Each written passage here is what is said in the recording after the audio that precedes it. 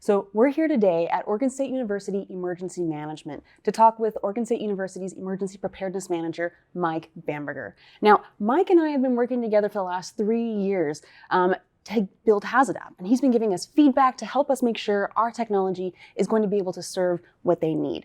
So we're going to talk with him today about this here in the Emergency Operations Center. Now, when disasters happen, this is where all the response comes to be coordinated on campus. So I'm excited to talk with Mike about this here today. Let's go. Hey, Mike. Hey, Ginny. How you doing? I'm doing well. How are you? Good, good. Do you have a few seconds to talk? I do. Yeah, that'd be great. Let's go. So, Mike, how does HazAdapt make your role easier? HazAdapt has made my job in emergency management easier through the communication aspect. I can reach out, and it has more topics than I thought I traditionally will be focusing on at OSU. So being able to go out and see the topics are relevant, they're kept updated with what's going on throughout society, throughout the world. It's very succinct, and it's there. And so by being able just to put a little link into my messages, I suddenly have opened up everybody's information background to make it readily accessible to them. Yeah, absolutely spot on. It's for us, it's one part, that functionality, communication functionality. How can we help you reach more people digitally, but then also trying to expand the inclusivity, of how many people you can reach meaningfully with languages and with information that's relevant to kids, pets, elderly, persons with disabilities. That was one of our main hopes, was to really support that effort, because I know that's an important aspect of emergency management, is us being as inclusive as possible, and tech really hasn't risen to that. So this is that moment where I'm excited to say, yeah, we are rising to that now. No, absolutely. The technology and the skills you brought, we've got the upcoming future in technology with your team and the students that are part of their degree program. So this is the latest and greatest out there that I didn't even think of having access to, or being able to reach out. And as you talked about the diversity and bringing in the wider range than I was even focused on, it's just made my program stronger. And again, I keep saying it's relevant, but now the information isn't getting to people, they're not able to use it, then they're not able to prepare themselves, and it makes it more difficult. So that HazAdapt has just made it easier to spread the message and increase everybody's knowledge and foundation, so they're definitely be more responsive and responsible for their own actions during an incident. Yeah. Okay. What impact do you see HazAdapt having on our community? Good question. So the impact HazAdapt will have on the community is, besides being accessible and readily available to anybody with a connection, which is really our whole lifestyle and community now, it's that once people see it and they learn it, they'll be able to use it. So they'll be able to respond in seconds and make a correct choice that will protect their lives, which will allow the responders to focus more on the incident than actually spending the time to figure out, is this person in trouble or are they wanting information? So with HazAdapt being prevalent out there, everybody will be able to help themselves, so to speak, and be responsible for their destiny. And we weren't able to we didn't have that mechanism or venue before to reach out like that. Absolutely. One of the impacts I see right along with that, and actually this is one of the things I'm most proud of. Someone recently told me, when I use HazAdapt, I feel seen. Oh, good. Because, you feel that inclusivity. My emergency preparedness thought of me. And that's huge for a community member to feel like they were seen by their safety entity, their emergency preparedness, their emergency manager. So I definitely see that impact, and community members actually feeling like not only do they care, they see me and they get my need. I'm so stoked about that. Oh, that is awesome.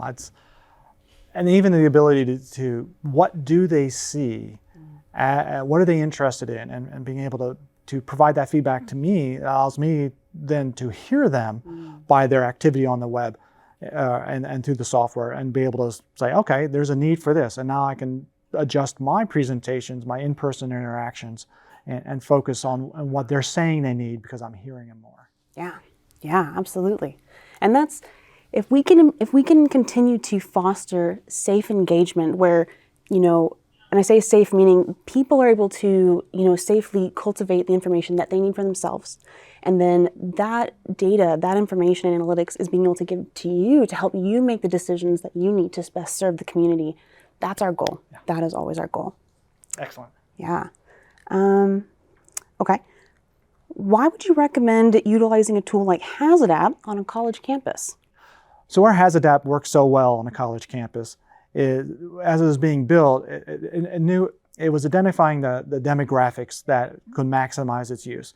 And with the college campus, we're receiving students all the way from just out of high school to the returning older student who's wanting to add on to their skill sets. And with the web, the electronic media being prevalent in our life now and being part of our life, the HazAdapt is targeted perfectly for that. We're finding more and more people don't want the email, they'd rather have a text, or they'd rather be able to go look it up for themselves or communicate and spread the idea on Facebook or social media. Mm-hmm. And so HazAdapt is just part of their lifestyle now. Mm-hmm. Therefore, on the college campus, not only do we have the majority are the younger student coming forward where this is just part of their life now, mm-hmm. But it's also the latest in researchers and development of a curriculum and education.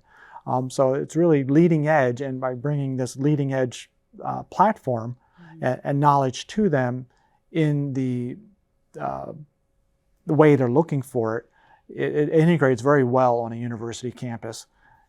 Much more than the traditional, here's my email, oh, let's schedule a meeting and I'll come talk to you about it. Mm. We're able to take this 21st century product and use it in the 21st century. Absolutely. I always think about how, like, as an emergency manager, every couple of years, you're getting, fresh faces, fresh students, and you have no way to know what type of training, how much awareness they even have of disaster planning. And we have a really diverse community. We have students and people from all over the world here who may not even be familiar with the 911 system. What do I do in an emergency? And so, I was thinking about, that's a lot of what ifs, what variables. Yeah. And as you're cultivating your preparedness outreach, I hope and I want HazAdapt to be that immediate solution that's like, I realize that they may need a lot more in-depth training than I can give in this one session. And while HazAdapt will never replace those in-person sessions, we'll always need those. This is that immediate solution that you can say, you know what, I'm gonna send this to you, that just in case you don't have that or you're not aware of this, you have that resource.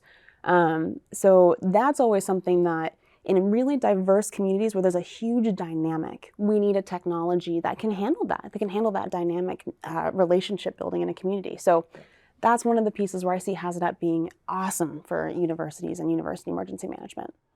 And also you said, you mentioned just in case, mm-hmm. And I heard also just in time. Yeah. Because on the university we have so much information out there. Mm-hmm. And students we don't know, they're focusing on their studies. We also know they're also focusing on their life and growing as maturing as a human being.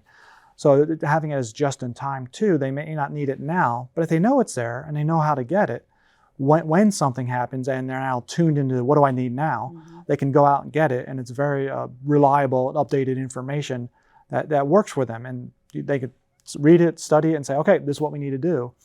And then through their networks, they'll let people to know what to do, and they're spending the right information. So having a good source, easy accessible, and then easily able to be broadcast or retransmitted out mm-hmm. has been a boon for me, because I just need to get the one spark plug, that one innovator to take it and then spread the word through their contacts. And now it's gotten out there faster than I've been able to do with just my presentations and posters and emails. Which are still very important, and yes. we'll absolutely still need those. And I think one of the things I want to continue to encourage is that because people always think, oh, you're going to replace 911. It's, no, never. We could never. Yeah. And, we need so many layers of protection and resources for our people. Yeah. HazAdapt is just another one that is easily usable and immediately utilizable. Yeah, I'm really glad you created, because it expanded my program, and I'm bringing it into my suite. We talk a lot about toolboxes, but I'm talking about a suite of skills and applications that I can use, and it really has grown the capability that we have now of reaching more people, different ways, when they need it and when we need it. Tuck that in your Batman utility belt. Yes. Yeah, it's in this pocket right here. Yeah. I wear a vest, yeah. Nice, yeah.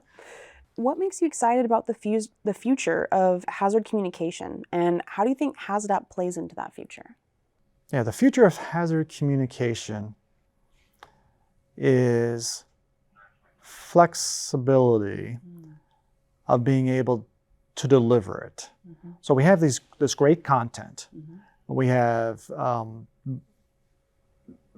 ways that we need to get to people when they need it, when they're paying attention for it or looking for it.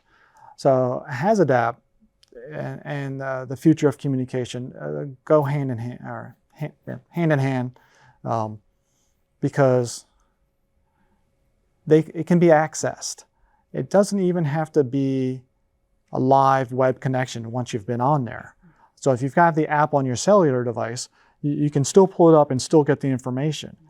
You can get it when you want it, where you want it. You can get it in different languages. You can even customize it to show me children information or pet information.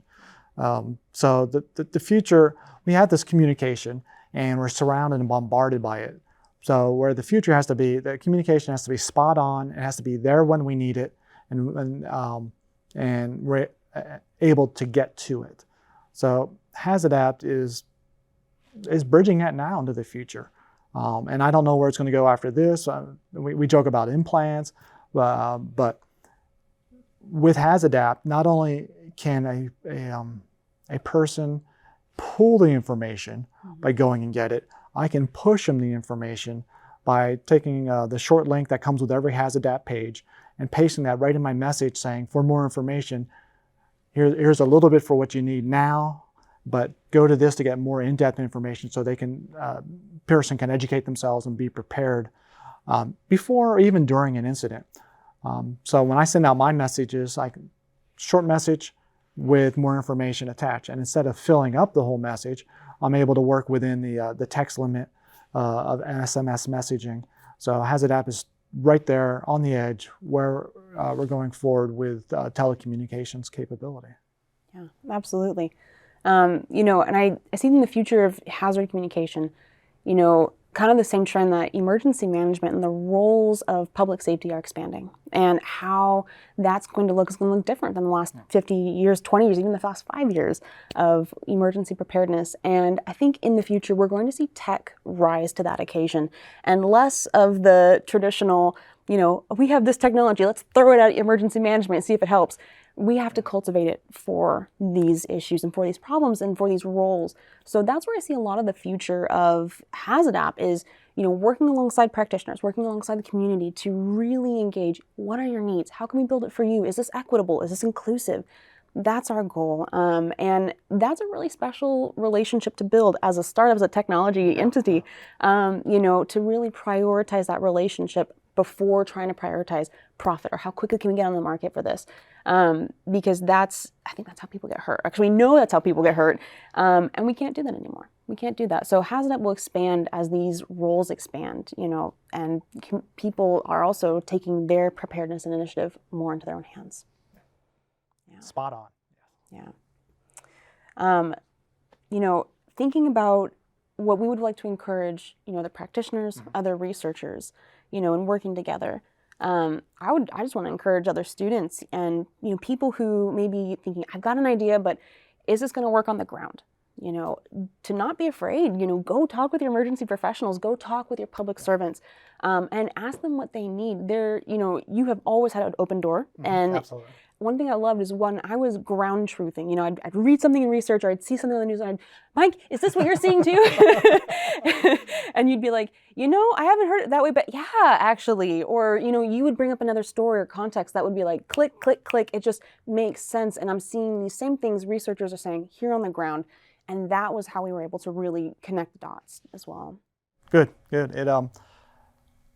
That's a great part about working at a university. Is there's so much leading research being done and questions being asked by all the inquisitive minds coming through the program, like yourself, but then you went through the step and said, you know, this is what the research is saying, and we know that research is kind of be anywhere from 2 to 10 years ahead of being implemented or brought out through industry or things like that. But you were able to come right over and say, this is what we got, and instead of going your own way, you, as you said, ground truthed it. You said, well, what are you experiencing? And then you did the interviews with other emergency managers just to make sure that it wasn't just me with a monocular vision, but you went out and said, okay, this is what we're seeing now. This is what you're seeing in the future. How do you bring the two together? And I tell you, it was really appreciated because we had things pushed on us that said, oh, this is the best and greatest, and here's why. And we're like, yeah, we're still struggling down here, that why and now. So how do we pull the two together? But your research approach and your questioning and truthing it really made this a positive 4-year experience when you knocked on the door to where you are now, and you have this HazAdapt out there available in use, and people are looking at it now and taking that information and working with it. So, and I think our conversations and you knocking on the door and me saying, hey, versus what do you want? Right. Really allowed it to come so far so fast into 4 years. And emergency managers, if we're not willing to embrace the new ideas, embrace the additional work a little bit, there's a little bit of additional work, but the return on that, that and short-term investment and what you're able to feed back to us, if we can't accept that as emergency managers, we're not going to be able to grow as everybody around us is growing. So it's always bringing those ideas and us saying, recognizing, oh, that is an idea. And while it's nothing I didn't think about, but it's definitely something that we need out there. So how can we make this work now? And that actually gets me excited about my program again, to say, oh, yeah, let's do this. Let's go out and make it happen. And here's a partner that's willing to do it. And I don't have to convince them. They actually had to convince me a little bit until I saw it and say, okay, yeah, let's do it now. So that's awesome. Oh, yeah. I think one of my favorite parts about this whole experience was, so that one summer, we're here in Cascade Hall, you got us a room, I mean, and we were here almost every day for 8 hours building, and we go to say, hey, Mike, are you busy? Can we ask you a question? And you would come down there and you worked with us and you gave us direct feedback, and you would be able to identify, okay, if I was in this situation, this is how I would actually use HazAdapt. That was so special, especially as a technology creator, to have a practitioner provider right there and say, yep, this is how that would work. And for computer scientists who have never gotten the chance to interact with someone like you, it was so cool. And I mean, you've become a legend, and you know, I mean, really in HazAdapt, when you say Mike, everybody knows who Mike is. So, you know, I'm so thankful for that experience, and I'm so thankful that, you know, you had your open door, and it really gave me a lot of courage to go talk with local emergency management, to go talk with state level emergency management. I'm meeting with 211 today in Portland. Oh, excellent. Yes, yeah. I'm excited about that. Oh, yeah, you're growing beyond I've grown. All right, good deal. We've got 500 downloads. Wow. Yeah. That's awesome. I'm excited about that. Yeah. So cool. It's getting there. It's really growing. And you know, I think in this new disaster era, you know, this is going to be, I think, both a good tool, but then also a good inspiration for what's to come. So thank you for being part of that, Mike. Well, thank you for inviting me. It's been a great journey, and I want to stay with it. So you don't check out on me now just because you graduated. Oh no, I was going to say the same thing. Like, you know, but Mike, we made this commitment forever now. I'm here for a while, trust me. Yeah. Same. Cool. Yeah. Oh, thank you so much. You. And to any, you know, future researchers, scientists, people just of interest, please come talk with the emergency professionals and your city people and your city servants. You know, anywhere. They're here. Perfect. Thank you. Yeah. Thank you.